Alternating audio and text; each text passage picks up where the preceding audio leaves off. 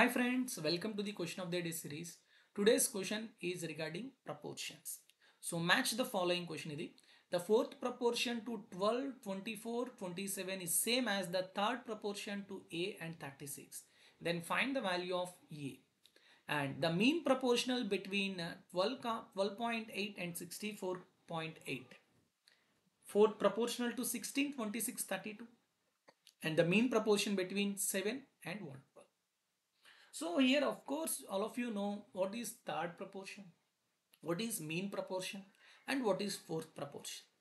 Whenever three numbers are in proportion, then I can write A by B equal to B by C, and B is mean proportion and C is third proportion.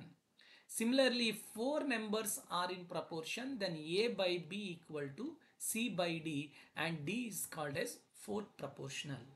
So ఇది మనకి ప్రపోర్షనల్స్లో చెప్పుకున్నాం. So based on that try to solve the first statement. First చూద్దాం.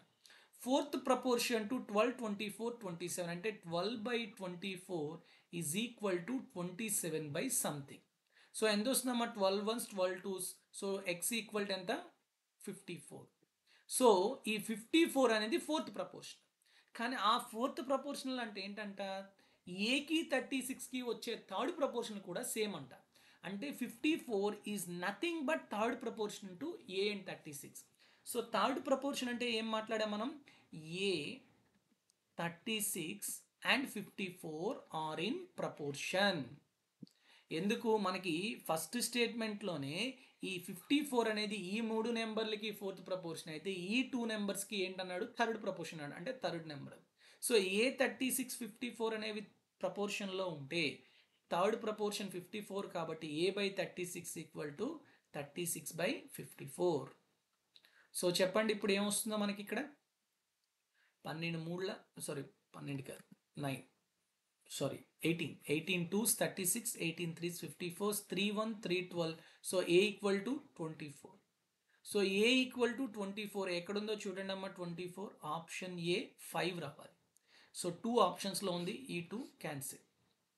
Okay, so ఇలాంటి questions ఎగ్జామ్లో వచ్చినట్టు చూడండి. ఇక్కడ C1 D3 ఇంకా CDలు మరి మనం ఫైండ్ అవుట్ చేయగలము, ఓన్లీ బి చేస్తే తెలిసిపోతుంది.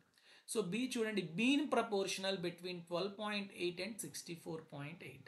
సో అంటే ఇక్కడ ఏం చేయాలి మీరు? 12.8 by X is equal to X by 64.8. అంతేనా?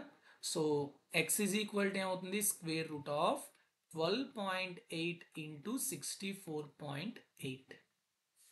సో రెండిట్లోని 2 డెసిమల్స్ ఉన్నాయి కాబట్టి బై 10 తీసేస్తే బై 10 వచ్చింది. 128 ఇంటూ 648. ఓకే, సో ఇది చూడండి, 4 ఇంటూ 32 2 పవర్ 5. 64 ఇంటూ 2గా రాయొచ్చు. 64 ఇంటూ 2 అంటే 8 స్క్వేర్ ఇంటూ 2. ఇక్కడ ఎలా రాయొచ్చు? 8 ఇంటూ 81 ఆర్ 8 అంటే 8 ఇంటూ 9 స్క్వేర్గా రాయొచ్చు. సో ఇప్పుడు చూడండి, 8 స్క్వేర్ బయటకు వచ్చేసింది 8.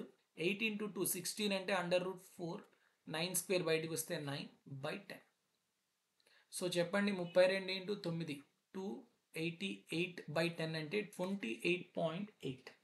సో 28.8 అనేది బి అనమాట. సో B2 ఎక్కడుంది? Only options.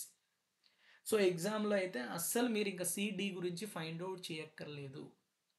ఇలాంటి క్వశ్చన్స్ అన్నీ చూసేసి చాలామంది ఏంటంటే 4 క్వశ్చన్లు ఇచ్చాడు అంటారు.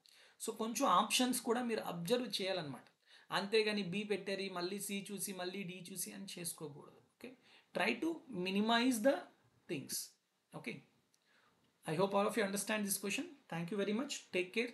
Jai Hind.